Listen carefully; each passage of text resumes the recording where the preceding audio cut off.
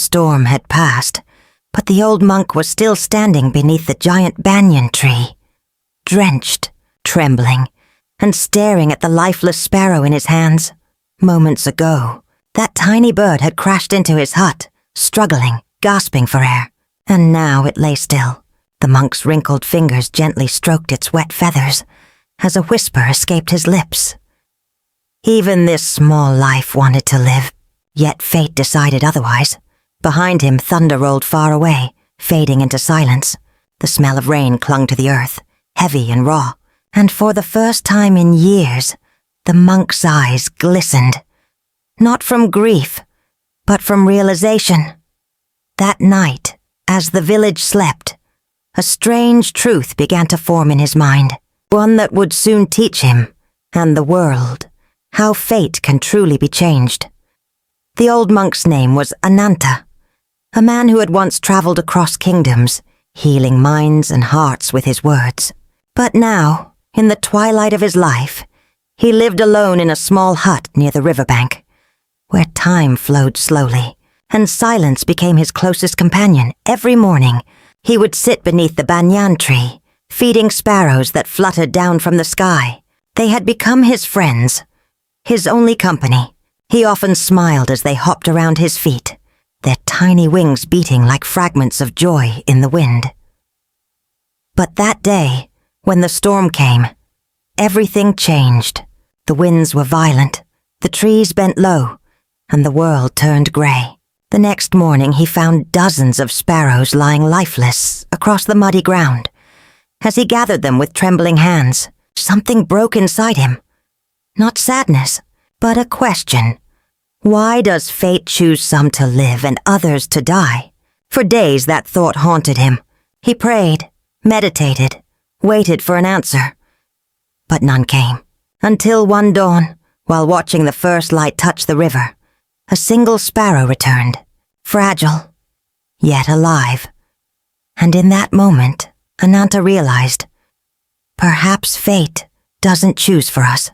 Perhaps it only waits for what we choose to become.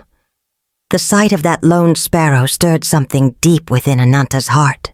It was soaked, trembling, yet stubbornly alive, hopping weakly toward the crumbs he had scattered beneath the banyan tree. Its feathers were torn, its breath uneven, but its eyes, they still held light.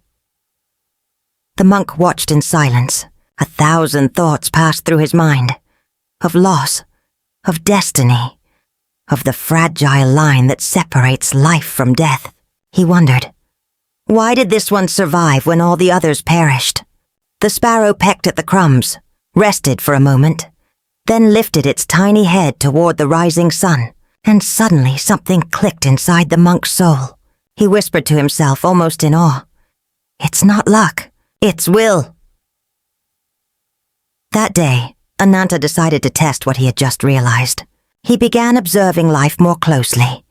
The farmers in the fields, the fishermen by the river, the children chasing kites in the dusty lanes.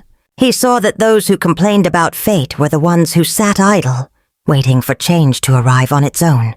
And those who moved, who acted despite fear or loss, somehow always found a way to survive, to rise, to create their own luck.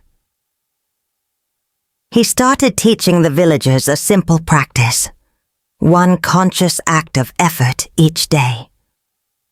"Don't wait for fate to favor you," he would say softly.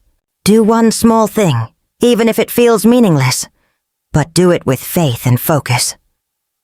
Some laughed. Others listened. A poor potter began waking up before dawn to perfect his craft. Within weeks, his pots became so fine that traders from nearby towns started buying them. A widow planted herbs behind her hut, saying, "The monk told me to try." Months later, her small garden fed half the village.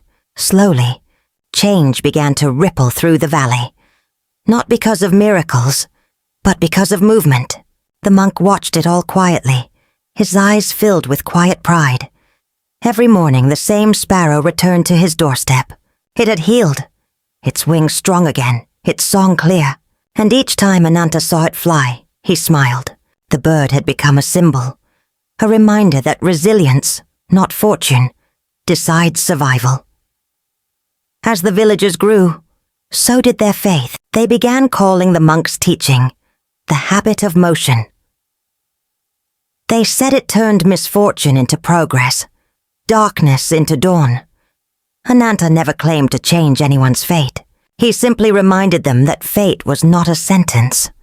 It was an agreement, written daily by the choices they made. And just like that little sparrow who refused to die, he believed every soul could rewrite its destiny, not by prayer alone, but by one consistent conscious act, every single day.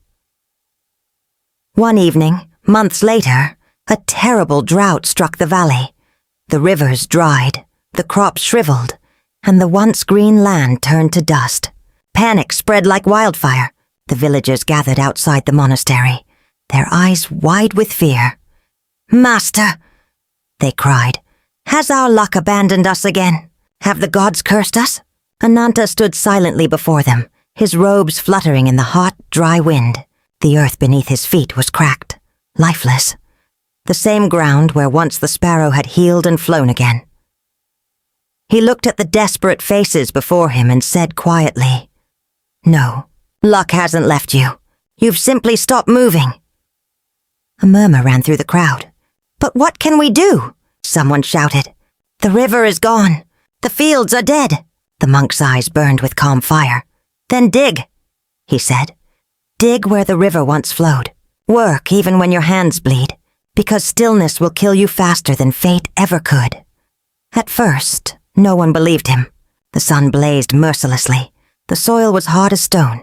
But one young boy, the potter's son, picked up a shovel and began to dig.